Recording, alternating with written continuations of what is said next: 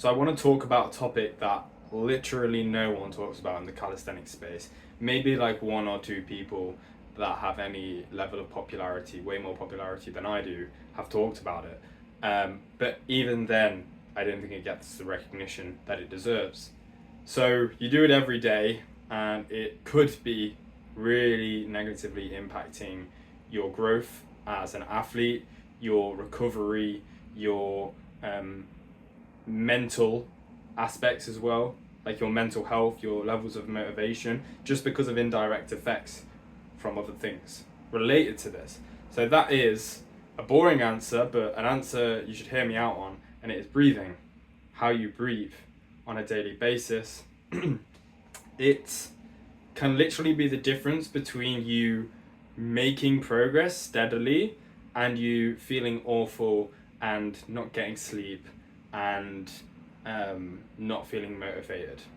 So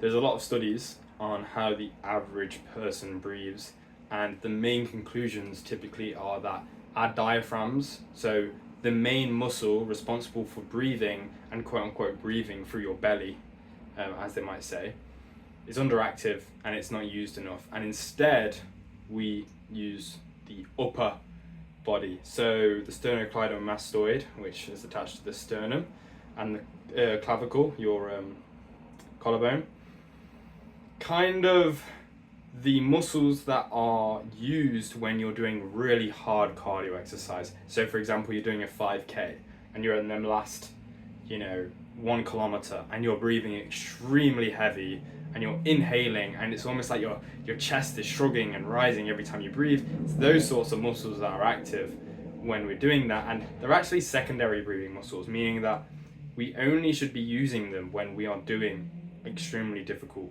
cardiovascular exercise. They should not be used, or at least used a lot less than they are, when we are resting, when we are not doing cardiovascular exercise. So why is this important?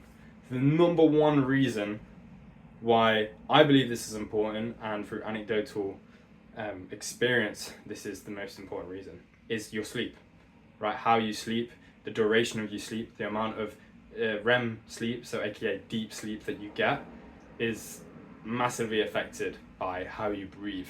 If you are breathing really shallow and you're in the night and you're snoring all night, you're not getting enough oxygen throughout your body circulating, and your brain isn't resting and it's not getting enough oxygen and that kind of thing, you're not going to adapt as much as you should be.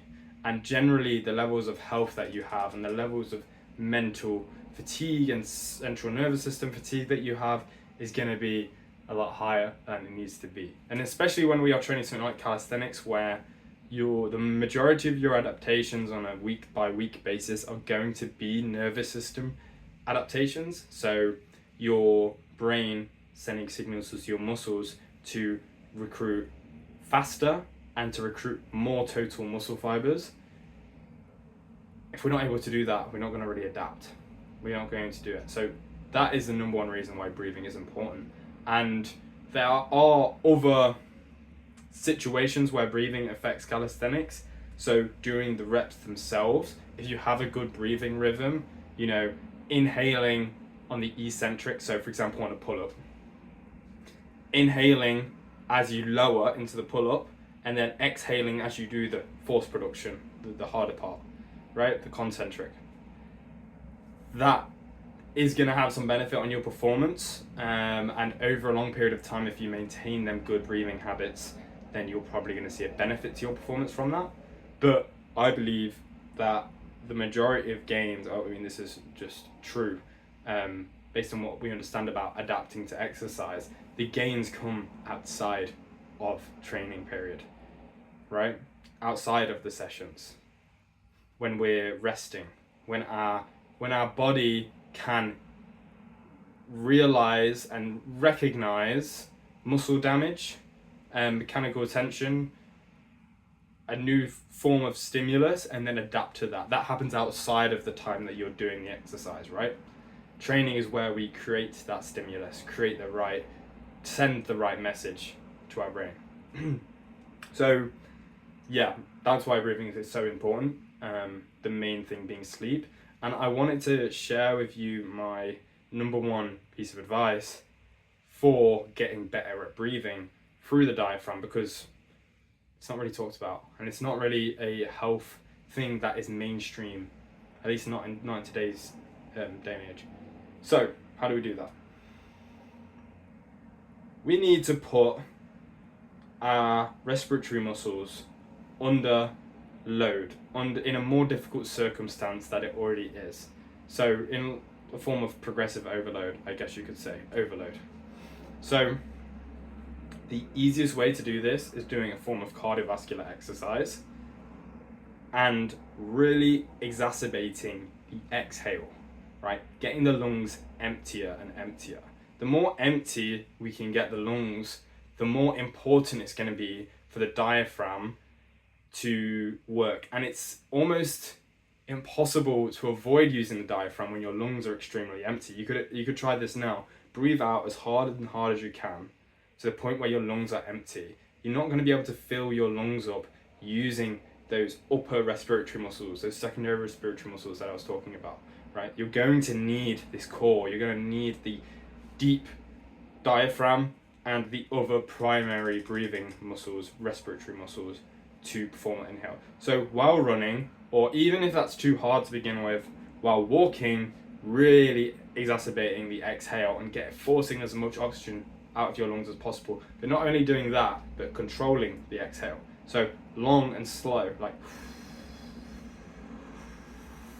if you're doing it and as you exhale, you're finding it really hard to control that exhale, you're probably going too hard, and you'd probably find you'll adapt better without doing that.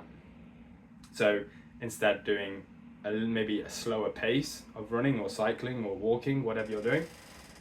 And even if that's too hard, even if you can't control that exhale at all and it just feels like it collapses, then bring it a tone lower and just do it while resting, do it while standing, do it while sitting. There's likely going to be gains that can be made throughout that if walking or running is too hard, right? And as it gets up, this is a very obvious thing to say, but as it gets easier to control that exhale and empty your lungs, and maybe even hold the exhale at the bottom, as that gets easier, you can ramp up the pace, you can increase the duration of which you're training, but generally, you probably won't need to take this extremely seriously to see a benefit to your sleep. Maybe just once or twice a week, or get it up to a maintenance level. Like for me, go running maybe once, do one of those long runs maybe once or twice a week, primarily nose breathing, not mouth breathing, in order to activate the diaphragm better.